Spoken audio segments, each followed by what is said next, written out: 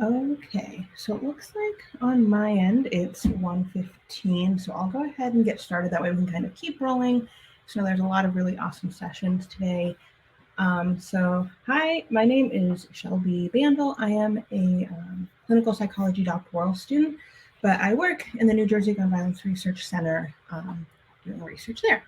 And so today I'm going to just kind of be walking you guys through my project that was funded through the GVRC, looking at the impact that firearms ad campaigns have on firearm owners. Before we jump into it, I will say that right now we're waiting on IRB approval. So we'll hopefully have data very soon and we'll be able to reflect on that in future events. But right now, I'll just kind of like walk you through what we're doing in this study, who we're getting data from, what kind of data we're getting, look at a couple of the measures pretty specifically, and then I'll wrap up by talking about what I really hope we get from this study. So to start, when I work in like firearm prevention, firearm injury prevention and such, I tend to take a suicide prevention framework just because that's my training background. Now, like we've seen today, there's a lot of other firearm-related injury and death that can happen. This is just the lens in which I tend to work. And so we know that suicide is a leading cause of death in the United States, accounting for about 48,000 deaths in 2021. And when we think about that, it's really important because suicide is a leading cause of death for a wide range of ages. So it's not just something affecting certain age groups, it's kind of impacting people across the lifespan. And there's a lot of factors that increase someone's risk to have like suicidal thinking. We think about like depression or mental health diagnoses, experiences of hopelessness or isolation, bullying, poor sleep, access to healthcare. All of those things are really important factors, and there's a bunch more that can make someone more likely to have suicidal thinking. But when we think about what puts someone most at risk to die by suicide, that's when we really turn our attention to firearms. And that's because firearms account for the majority of suicide deaths in this nation. So 55% of suicide deaths occurred by firearm.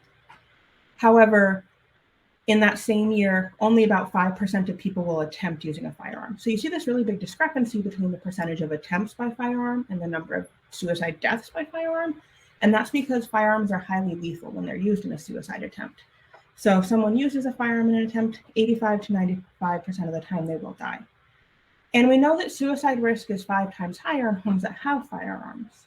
So when we look within these households further, we find that risk extends to all members of the household. So it's not just the firearm owner, but if there's children in the house, spouses or roommates, whoever, anyone in that house experiences this increased risk of suicide from the presence of a firearm.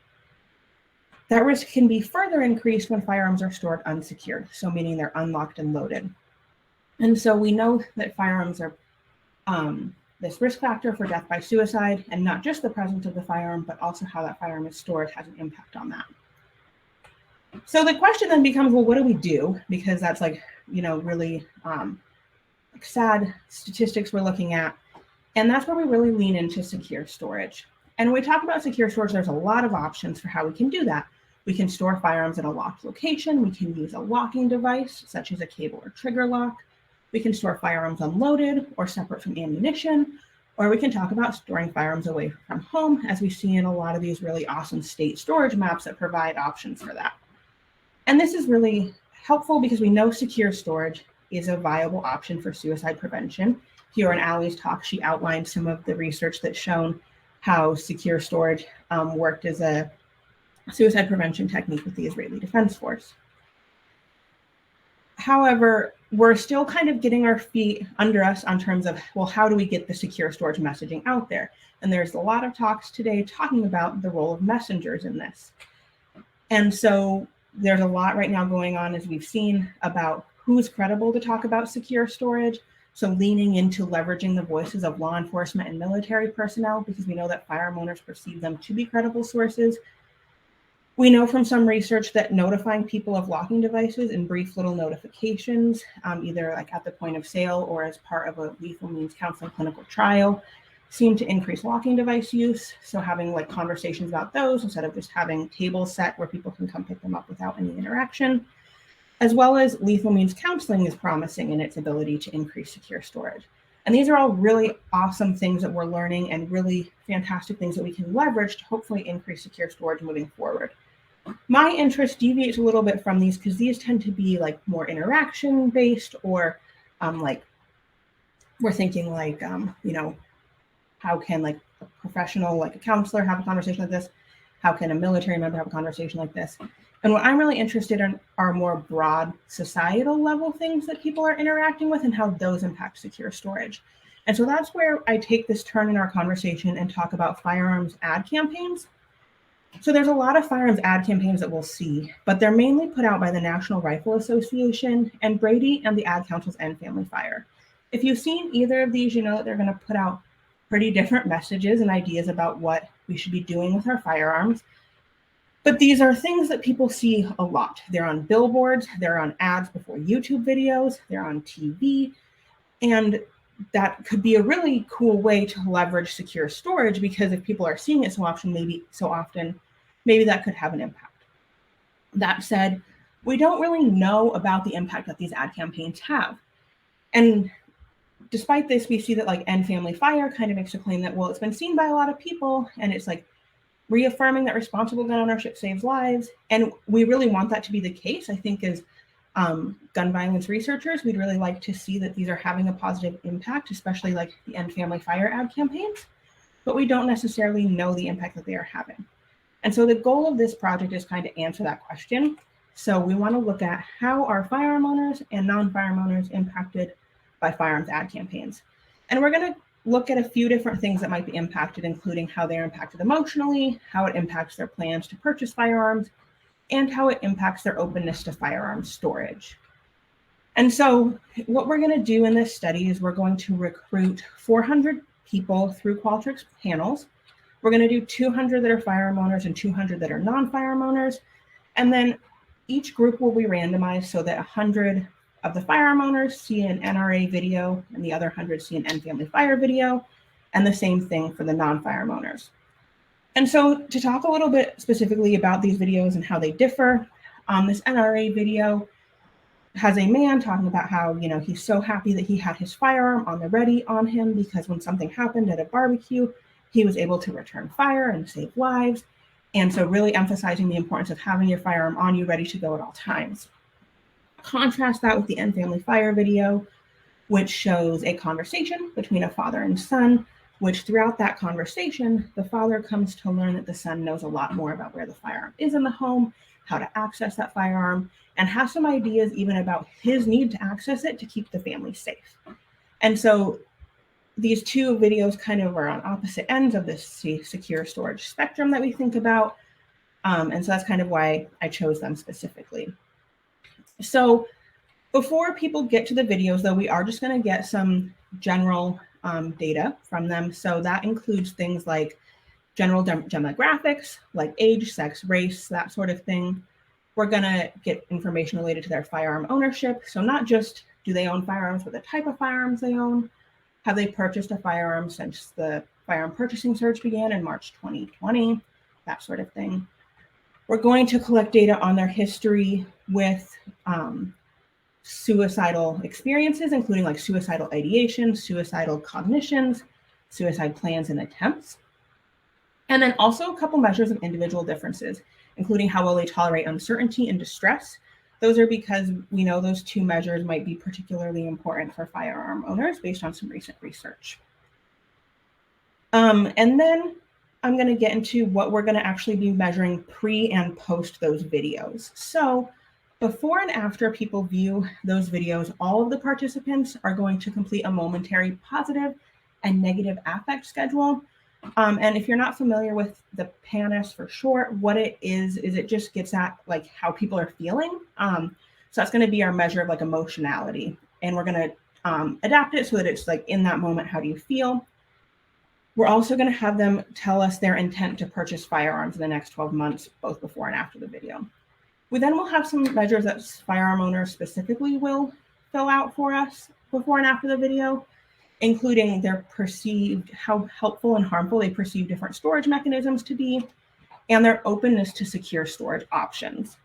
So I want to show you guys exactly kind of what these measures look like before I wrap up by talking about what I'm really hoping we get from this study and ending with some time for questions. So In terms of that helpfulness and perceived harm of secure storage mechanisms, we're going to open it by saying, like, people view firearm practices differently. While storing a firearm in a safe may feel like it's helpful in protecting one's family from firearm injury and death, this storage mechanism may also make people feel like they can't protect themselves. So we just want you to kind of rate what you think about these different storage mechanisms on this, on both of these continuums. And so what it's going to give us is an idea of, are people kind of existing in this space where after the video, maybe they're like thinking that, well, it could be really helpful to store it unloaded, but also it could be really impactful on my ability to protect my family. Is there congruence? So if they think it's not, like if they think it's harmful, they also don't think it's helpful, that sort of thing. We've never collected this sort of data. And so I think it'll be really interesting to see what kind of shakes out when we specifically ask about the help and perceived harm of these different storage mechanisms. And then when we're talking about a big piece of this is looking at how it might impact openness to secure storage. So we're going to use kind of the standard measure that we've used in other studies, which just has people rate how open they are to storing firearms in a variety of secure storage ways. And we've used this in several other published studies, and it's been like really helpful in getting an idea of that like openness of sorts. However, we know that like having people just kind of give this to us might not be, always the most accurate. And so we want to add to this by doing what is a pretty big adaptation on a delayed discounting task. And so what we're going to do is have firearm owners go through this series of questions where they will where they will choose between 80% confidence that there's no unauthorized access to your firearm and it takes you 60 seconds to access and use your firearm, or that other option on the right is going to change each time. And it's going to start at 10% confidence that there's no access by unauthorized individuals, and it takes you 5 seconds to access and use your firearm. And so what's going to happen is the option on the left is always going to stay the same. You're 80% confident, but it's 60 seconds to access. The option on the right is going to change so that at each next question, your confidence level increases until they're matched at 80%, 80%. And the only difference is how quickly you can access the firearm. And what this will give us an idea of is how much confidence people are willing to sacrifice to have that quicker access to their firearm. So kind of getting at openness in this different way, because we're not asking about specific storage mechanisms, stuff like that. But when we think about secure storage mechanisms, a lot of times what we hear is, well, it puts more time if I need my firearm. And so it kind of gets at it in a little bit of a different way than how we've gotten at it before. So with that, I want to kind of wrap up just by talking about what I'm hoping that we get from this study, and like kind of like the big overarching goal at the end of this. Generally, I'm hoping that we get a better understanding of the impact that these firearm ad campaigns have on people. We don't really know the impact that these are having. And End Family Fire does a lot of really awesome work to make these videos in the hope that they're having this impact to increase secure storage. And so just generally getting an idea of what's happening when people view these videos is a really huge piece of this study and answering that big, broad question. But going beyond that, I'm collecting a lot of data on like individual differences, as I mentioned, as well as experiences of suicidality. And that's because we've learned through recent research that firearm owners are not a homogeneous group. They're heterogeneous, just like the rest of us.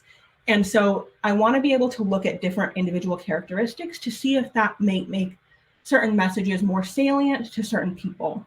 And that kind of would help us, because while we know that evidence-based broad approaches to things have a huge impact, sometimes we have to tailor those approaches a little bit. And a good good evidence of that is that when we've looked at this messenger's work, sometimes when we look at different racial groups, we see slightly different results than when we look at like white firearm owners, for instance. And so sometimes we might just need to tweak things a little bit based on that person. And that's what I'm hoping to get from this, is an idea of what kind of tweaking we might need to do based on individual characteristics. Finally, I really don't want this to stay in the silo of academia. My goal for this study is that it gives us real, tangible things that we can connect back to like End Family Fire, Brady, the Ad Council, so that we can make those ads the most effective ads possible. That's really what my biggest goal for this study is, because if this stays in the silo, it would be interesting, but we obviously want this to have a positive impact out in the real world. And so that's the big goal from this. That said, I will stop now so I have some time to answer questions from you guys. And I can just look over here. Okay, let's see.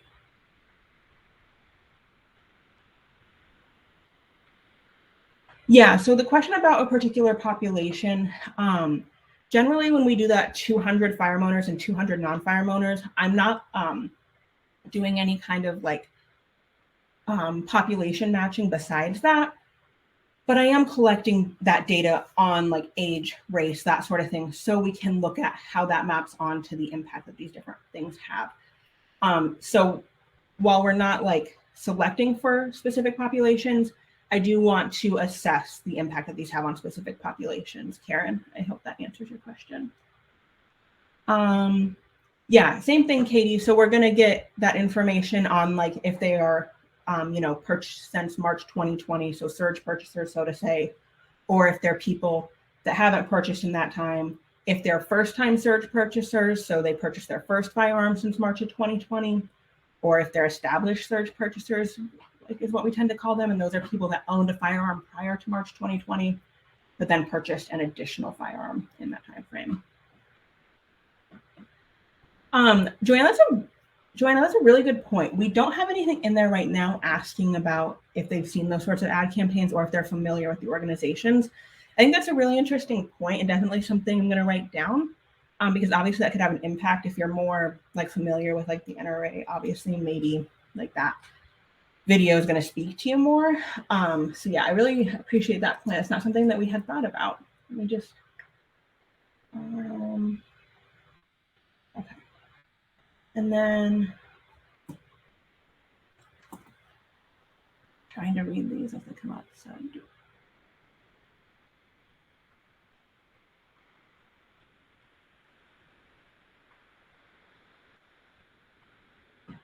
yeah, I think that's an interesting point, Katie. And I think that I think that what this will give us is an idea generally of how people are responding to those two different organizations.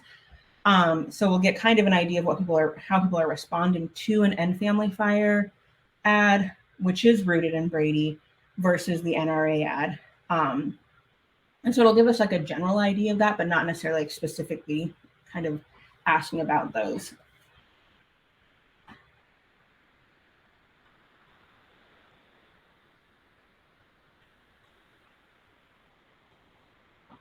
Yeah, let me see what time it is so I don't run you guys up. Okay. Yeah. Mike's answering that question for you, Jesse. Thank you, Mike. Yeah, so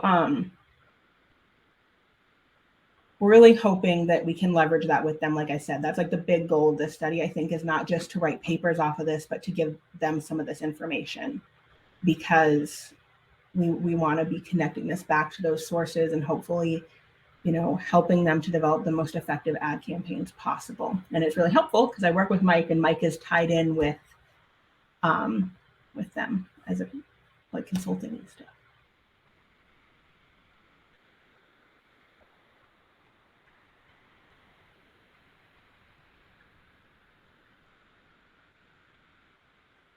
Oh, Robin, I hadn't heard about that one. I'll have to look into it. I feel like they come out so fast. So I'll have to look into that one. I think they're interesting. I think like watching ad campaigns and the different approaches that are taken is like very interesting. So I'll have to look into that.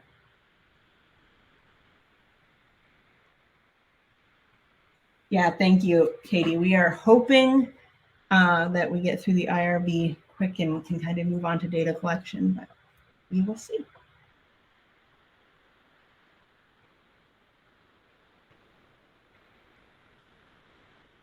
Thank you, Robin. I'll look into that. All right. Well, I appreciate your guys' time. If there's no other things popping up, I'll go ahead and hop off. But yeah, thank you guys for your time. And let's go watch some of these other great sessions that are happening today.